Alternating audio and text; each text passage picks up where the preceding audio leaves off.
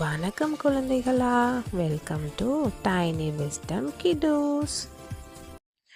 ஒரு காட்டில் பெரிய மரங்களும் அழகிய பூக்களும் இனிய பறவைகளும் நிறைந்திருந்தன.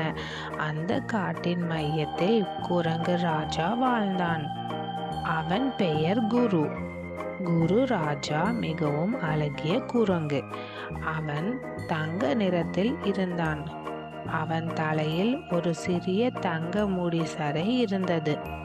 அவன் எப்போதும் தனது குடும்பத்துடன் மகிழ்ச்சியாக வாழ்ந்தான். ஆனால் குரு ராஜாவுக்கு ஒரு பெரிய பிரச்சனை இருந்தது. அவன் எப்போதும் தன்னை மிகவும் பெரியவனாக நினைத்தான். நான் ராஜா, எல்லோரும் என் சொல்லை கேட்க வேண்டும் என்று அவன் சொல்லி மற்ற விலங்குகளை திட்டுவான். ஒரு நாள் காட்டில் பெரிய பஞ்சம் வந்தது. மழை பெய்யவில்லை, ஆறுகள் கருகின, பழங்கள் இல்லை. எல்லா விலங்குகளும் பசியுடன் அலைகின்றன.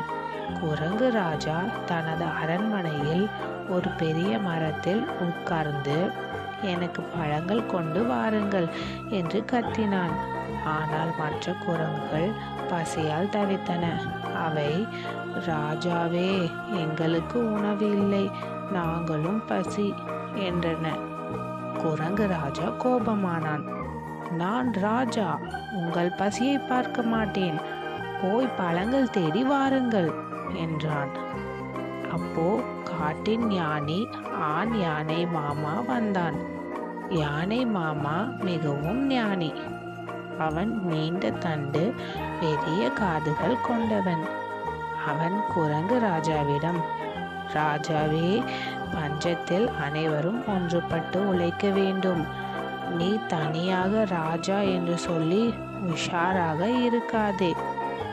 நாம் அனைவரும் சேர்ந்து பழங்களை தேடலாம் என்றான். ஆனால் குரு ராஜா சிரித்தான். நான் ராஜா, நான் தலைவன், நீங்கள் என்படி செய்யுங்கள் என்று சொல்லி யானை மாமாவை தள்ளினான். அடுத்த நாள் குரங்கு ராஜா தனியாக பழங்களை தேடச் சென்றான். அவன் ஒரு உயரமான மரத்தின் உச்சியில் ஒரு பெரிய பழ மரத்தை கண்டான். இது என்னுடையது என்று மகிழ்ந்தான். அவன் மரத்தின் மேல் ஏறத் தொடங்கினான். ஆனால் மரம் மிகவும் உயரமானது. காற்று வீசியது. குரங்கு ராஜா சறுக்கி விழுந்தான். அவன் காலில் ஒரு காயம் வந்தது. பசியும் வலியும் அவனை தாக்கின. எனக்கு உதவி தேவை என்று அழுதான். அப்போ யானை மாமா, கழுகு அண்ணா, முயல் சிறுமி, மான் அக்கா எல்லோரும் வந்தனர். அவர்கள் குரங்கு ராஜாவை கண்டு, ராஜாவே, நீங்கள் தனியாக தொழில் புரி வந்தீர்கள், இப்போ உதவி வேண்டுமா என்றனர். குரு ராஜா வெட்கப்பட்டான். ஆமாம், உதவுங்கள் என்றான். யானை மாமா தனது நீண்ட தண்டால் குரங்கு ராஜாவை தூக்கி பாதுகாப்பான இடத்திற்கு கொண்டு சென்றான்.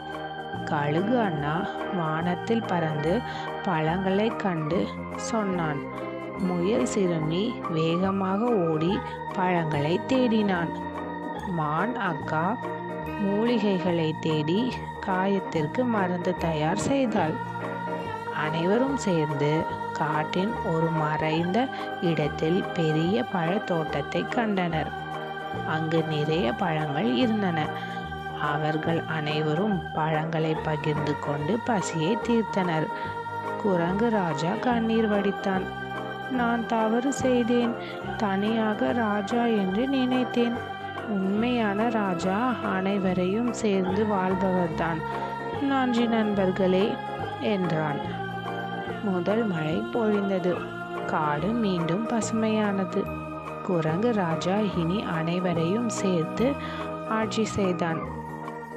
அவன் ஒவ்வொரு நாளும் ஒன்றுபட்டால் வெல்வோம் என்று சொல்லி நண்பர்களுடன் விளையாடினான். இந்த கதையின் நீதி, தன்னை பெரிதாக நினைத்து மற்றவர்களை அவமதிக்க கூடாது. நண்பர்களுடன் ஒன்றுபட்டு வாழ்ந்தால் எந்த சிரமமும் தீரும். குழந்தைகளா, மறக்காமல் நம்ம சேனலை சப்ஸ்கிரைப் பண்ணுங்கள், லைக் பண்ணுங்கள், ஷேர் பண்ணுங்கள், கமெண்ட் பண்ணுங்கள்.